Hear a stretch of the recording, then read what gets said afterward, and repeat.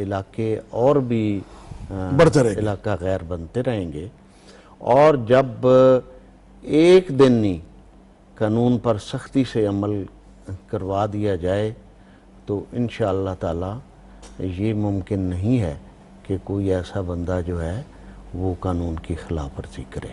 لیکن اب یہ چونکہ میڈیا ہے، میڈیا پہ یہ اب یہ جو بچیوں کے سسٹم آ رہے ہیں، یہ جو جرائم ہو رہے ہیں، یہ جو گناہ ہو رہے ہیں، جن کو میں صاف لفظوں میں نہیں کہہ رہا، اس میں تو پیسہ انوالو نہیں ہے، اس میں تو انسان کا ایمان انوالو ہے، اس میں تو انسان کا ضمیر انوالو ہے، اندر انوالو ہے۔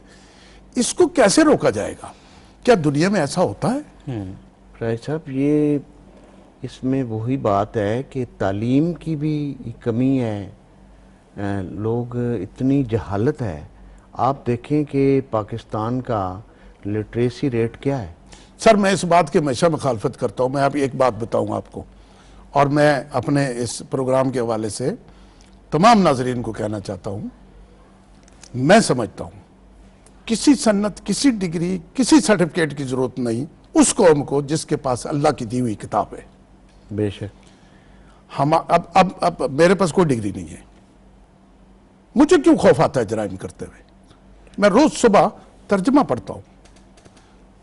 جب آپ کے پاس ایسی ایک کتاب موجود ہے جس کے اوپر کوئی ڈگری نہیں ہے، دنیا کی کوئی ڈگری قرآن کی ڈگری سے بڑی ڈگری ہے نہیں، تو یہ تو پڑھنا بڑا آسان ہے، اس پر عمل کرنا تو بڑا آسان ہے۔ اور اگر لوگ یہ بات کہیں کہ میں تو بی اے نہیں تھا، ایم اے نہیں تھا، اس لیے میں چوری کرتا ہوں، اس لیے ڈکیتی کرتا ہوں، اس لیے میں فلاں کی بچی اٹھا کے لے گیا، نہیں، اور تم خدا کے قانون کو تو جانتے ہو نا، وہ تو ڈگری تمہارے پاس ہے اور اس کو کوئی روک نہیں سکتا، کوئی کالج، کوئی یونیورسٹی روک نہیں سکتی کہ تمہارے پاس یہ ڈگری کیوں ہے۔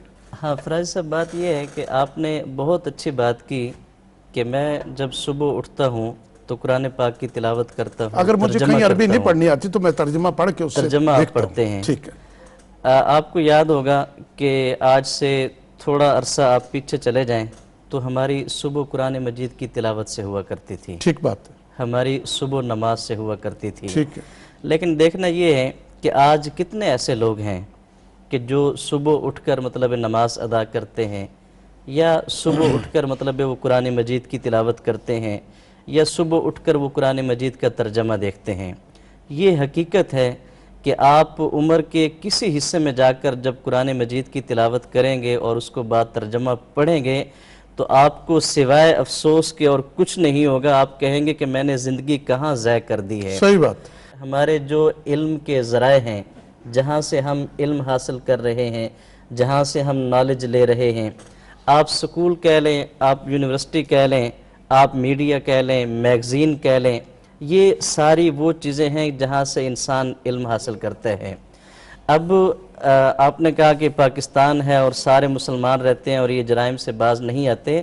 بات یہ ہے کہ ہمارے اس نصاب کے اندر ان جرائم کے متعلق کوئی کورس ہی نہیں ہے، کوئی کتاب نہیں ہے، کوئی لٹریچر نہیں ہے کہ ہم سکول میں بچوں کو بتا سکیں، ہم کالج میں بچوں کو بتا سکیں، ہم یونیورسٹی میں بچوں کو بتا سکیں کہ بھئی یہ جرم ہے، اس سے آپ نے بچنا ہے۔ آپ میرے اس بات سے اتفاق کریں گے کہ اس طرح کا کوئی علم ہماری مطلب ان سکولوں کے اندر، کالج کے اندر، یونیورسٹی کے اندر نہیں پڑھایا جاتا۔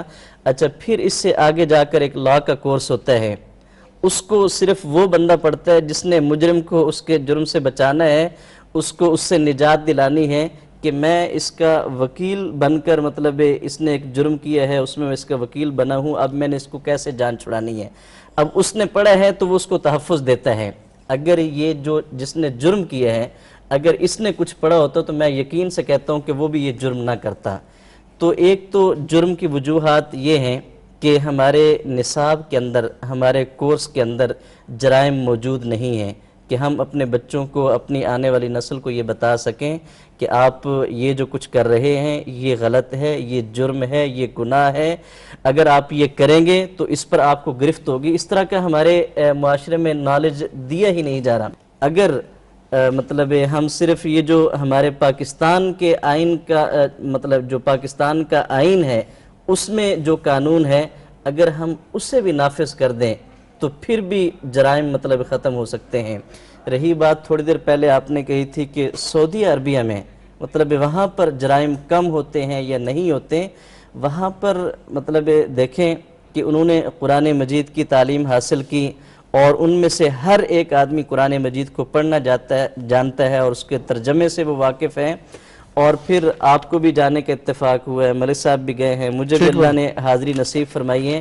آپ یہ دیکھیں کہ اگر وہاں پر یہ قرآن کا قانون نافذ ہے، وہاں پر شریعت نافذ ہے کہ اگر کوئی انسان جرم کرتا ہے تو اس کے جرم کے بدلے اس کو سزا دی جائے گی جو قرآن نے دی ہے۔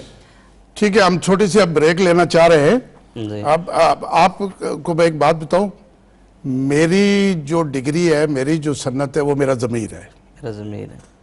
اور جتنے دنیا میں ولی اللہ، جتنے کلندر، جتنے اولیاء گزرے ہیں، ان کے پاس ڈگری جو تھی، جو سنت تھی، وہ ان کا ضمیر تھا۔ ان کا ضمیر۔ اگر مسلمان اپنے ضمیر کو بیدار کر لے گا تو وہ، اگر اس کے پاس ڈگری نہیں، تعلیم ہونی بہت ضروری ہے، جی اپنے ضمیر کو بیدار کر لے گا تو وہ بچ جائے گا۔ اب چھوٹی سی بریک لیتے ہیں ناظرین، ایک چھوٹا سا وقفہ، اس کے بعد حاضر ہوتے ہیں۔